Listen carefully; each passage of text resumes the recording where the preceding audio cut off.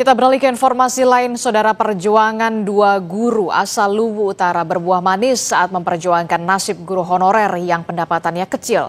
Sempat dipecat dan divonis bersalah, dua guru itu mendapat rehabilitasi dari Presiden Prabowo Subianto. Presiden Prabowo Subianto memberikan rehabilitasi kepada dua guru SMA Negeri 1 Luwu Utara, Sulawesi Selatan. Dua guru ini sebelumnya dipecat jelang masa pensiunnya karena keputusan bersalah dari Mahkamah Agung terkait dugaan pungutan dana Komite Nasional. Pungutan sebesar Rp20.000 per bulan dikenakan kepada orang tua murid SMA Negeri 1 Luwu Utara untuk menggaji 10 guru honorer di SMA tersebut. Vonisnya itu lepas. Yang mana itu lepas itu beda dengan bebas. Kalau bebas itu terbukti tidak berbuat. Ini terbukti berbuat tapi tidak bermakna pidana. Ya, itu lepas. Dikasasi apa? Dikasasi itu dituduh dipersalahkan menerima gratifikasi. Ya, yang mana itu gratifikasi di situ karena ada insentif pada tugas-tugas tambahan, wali kelas, pengelola lab, Wakasek. Berarti saat itu kita dituntut korupsi. Dan itu tidak pernah muncul di persidangan sebelumnya itu. Nasib miris guru honorer bukanlah cerita baru di negeri ini.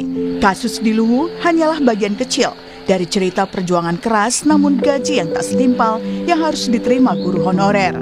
Di Sika, Nusa Tenggara Timur, seorang guru honorer bernama Vincentia Ervina Taluma harus berjalan kaki sejauh 6 km setiap hari untuk bisa sampai di sekolah di Kampung Wair Bukang, Dusun Wodong, Desa Wair Terang, Kecamatan Waikete.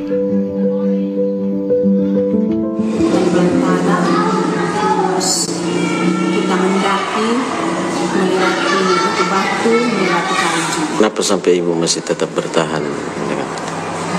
Karena memang sayangkan kalau kita tinggal di rumah juga buat apa. Terus sudah punya ijazahnya juga dari S1 PGSD, jadi lebih baik kita manfaatkan kita punya ijazah itu, terus ya hanya ingin mencerdaskan anak-anak bangsa. Di tengah segala upayanya, Ervina hanya digaji sebesar Rp300.000 per bulan. Demi memenuhi kebutuhan sehari-hari, dia pun mencoba menambah penghasilan dengan berjualan sembako. Lalu sampai kapan guru honorer di negeri ini dipandang sebelah mata? Tim Liputan, Kompas TV.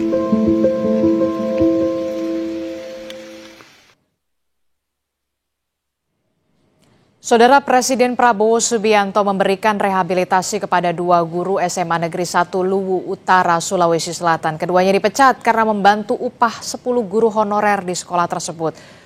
Saudara, nasib miris guru honorer bukanlah cerita baru di negeri ini. Sebenarnya apa saja yang bisa dilakukan untuk mengupayakan kesejahteraan mereka? Saudara, sebenarnya kami akan mencoba menghubungi Sekjen Federasi Serikat Guru Indonesia, Fahriza Marta Tanjung. Selamat pagi Pak Fahriza, bisa mendengar suara Adisti di studio?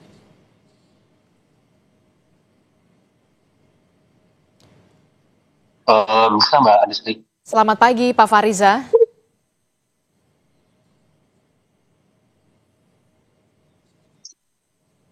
Selamat pagi Mbak. Ya, Pak Fahriza. Bisa terdengar suara saya? Iya, oke. Pak Fahriza, ini kan kalau kita lihat ya, dari dua cerita di Luwu dan juga Sika, Nusa Tenggara Timur, begitu miris sekali nasib guru honorer di negeri ini.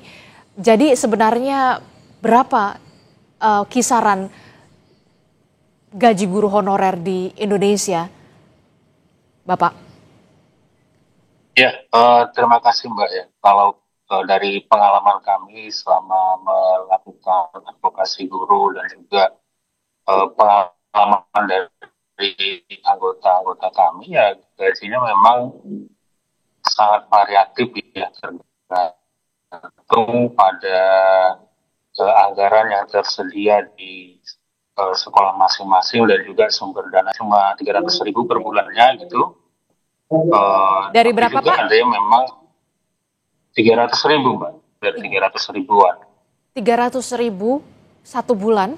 Iya, bulan, dan itu kadang-kadang juga tidak dibayarkan per bulan ya, tergantung sumber dana yang ada. Kalau dia memang dari sumber pendanaannya dari BOS, ya tergantung pada cairnya BOS gitu ya.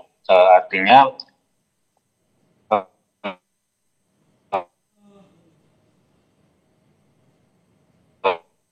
kalau di periode-periode sebelumnya memang BOS itu kan cair, tapi memang tapi kadang-kadang juga bisa jadi tidak tepat waktu, terutama di awal semester ya. Misalnya untuk semester 1 yang biasanya berlangsung dari bulan 6 sampai bulan 12 itu bisa jadi sampai bulan 9 kadang baru cair bosnya. Artinya gaji di bulan 6 sampai bulan 9 baru akan dibayarkan di bulan 9. Seperti itu, Mbak. Oke, jadi kisarannya gaji honorer seorang pendidik guru begitu ya di wilayah Indonesia ini mulai dari Rp300.000 dan paling besar biasanya berapa, Pak? Mungkin bisa jadi sampai 1.500.000 gitu ya. Berapa, Pak? 1.500.000, Mbak. 1.500.000 itu biasanya sesuai dengan wilayah atau seperti apa, Pak? Kalau kita lihat kan salah satu guru di Sikanusa Tenggara Timur bahkan harus menempuh perjalanan ke sekolah berjalan kaki 6 km. Apalagi di wilayah-wilayah 3T di Indonesia begitu. Apakah gaji guru di sana jauh lebih besar atau seperti apa, Pak, di gaji honorer di sana? Iya, saya kira kalau persoalan gaji kan tentu tergantung pada jumlah dana BOS yang diterima ya, karena memang kan kalau dia guru honorer di sekolah negeri kan guru sekolah negeri itu kan tidak diperbolehkan untuk memungut biaya dari siswanya gitu. Nah jadi sangat tergantung dengan jumlah siswa, Mbak, gitu. Dan cenderung kan kalau kita lihat di sekolah-sekolah yang terpencil itu kan justru jumlah siswanya sangat sedikit gitu kan. Jadi akibatnya memang gaji yang akan dibayarkan kepada guru juga jumlahnya tentu sangat kecil gitu kan.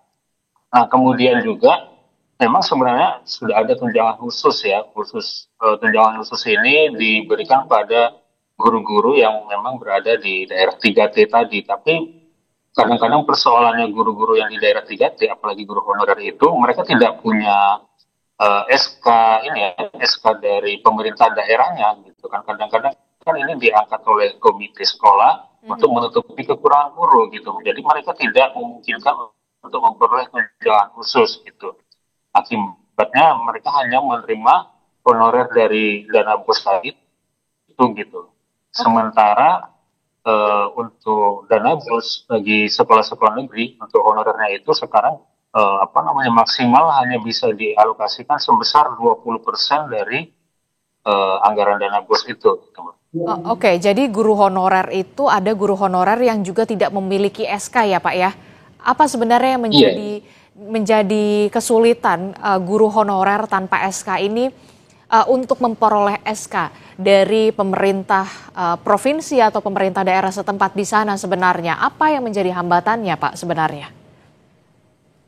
Ya, saya kira persoalan ini ya, konsekuensi yang mungkin akan timbul ya dari pemberian SK oleh pemerintah daerah gitu ya. Misalnya konsekuensi bahwa mereka akan punya kemungkinan ya untuk diangkat misalnya untuk jadi ASN seperti itu gitu, Mbak. Dan juga punya konsekuensi bahwa pemerintah daerah berkewajiban untuk memberikan tambahan honorer ya dari apa yang sudah diterima sebelumnya gitu. Jadi karena enggan untuk memberikan SK pengangkatannya seperti itu, Mbak. Oke, Pak, kita juga ingin tahu sebenarnya untuk besaran gaji para guru honorer ini kan siapa yang menentukan? Kalau misalkan guru honorer ini dari dana BOS begitu ya, tapi kemudian kalau yang punya SK itu dari pemerintah begitu. Jadi sebenarnya besaran gaji ini ditentukan oleh pemerintah daerah sendiri atau seperti apa aturannya? Kalau memang tergantung pemerintah daerahnya, Mbak. Tergantung pemerintah daerah. Kalau memang pemerintah daerah menganggarkan atau mengalokasikan dana, tentu mereka akan memberikan tambahan. Tapi kalau kemudian itu dari dana bos tadi, ya tentu itu tergantung pada jumlah siswanya gitu, karena kan pengalih jumlah dana bos yang diterima itu kan tergantung dengan jumlah siswa gitu Mbak. Jadi memang sangat tergantung gitu, tidak ada semacam standar khusus gitu ya, tidak ada semacam standar khusus bagaimana untuk menentukan kemudian berapa besaran jumlah honor yang diterima. Oke, saya ingin tahu itu artinya banyak sekali guru honorer di seluruh Indonesia saat ini belum bisa mencapai kata kesejahteraan. Iya, betul. Karena memang kalau kita kembali ke Undang-Undang Guru dan Dosen, Undang-Undang Nomor 14 Tahun 2005, sebenarnya kan kita sudah ada aturannya bahwa penghasilan guru itu idealnya itu adalah di atas kebutuhan hidup minimum. Pada saat Undang-Undang Guru dan Dosen ini diundang-undangkan, itu pada tahun 2005, mungkin ini mengacu pada standar penggajian di Undang-Undang Ketenagakerjaan gitu Mbak. Tapi memang sampai dengan hari ini setelah undang-undangnya berusia hampir 20 tahun, standar kebutuhan hidup minimum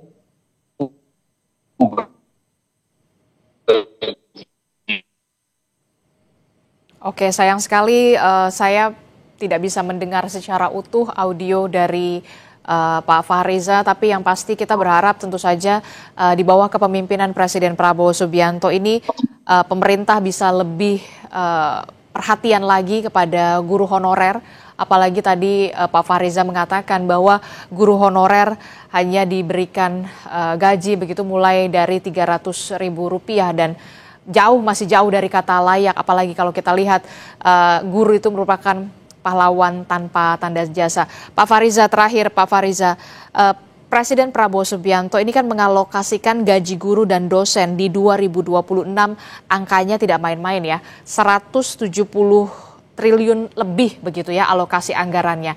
Apa yang ingin Anda sampaikan selaku mewakili guru di Indonesia kepada pemerintah pusat agar pemerintah pusat bisa lebih memberikan perhatian kepada guru honorer di Indonesia?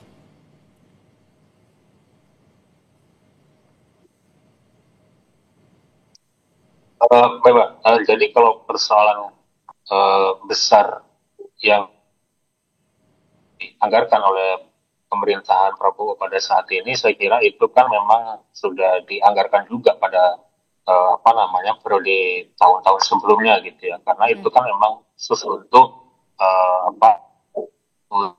khusus untuk yang guru-guru PNS gitu, dan juga untuk itu kan memang akan ada bantuan subsidi upah ya di guru-guru honorer itu yang angkanya kemarin di tahun 2025 itu.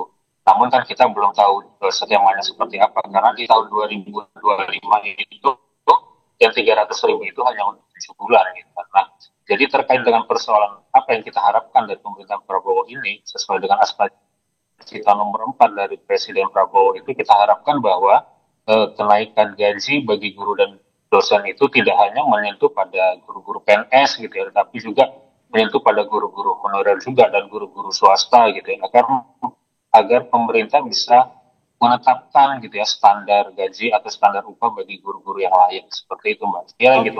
Oke, harus ada penerapan standar bagi guru, tidak hanya bagi guru ASN tapi juga guru honorer dan juga guru swasta, agar para pendidik ini bisa mencapai kata kesejahteraan, apalagi untuk Astacita Indonesia Emas mendatang. Terima kasih Sekjen Federasi Serikat Guru Indonesia Fahriza Marta Tanjung telah bergabung bersama kami. Sehat selalu Bapak. Assalamualaikum, selamat pagi.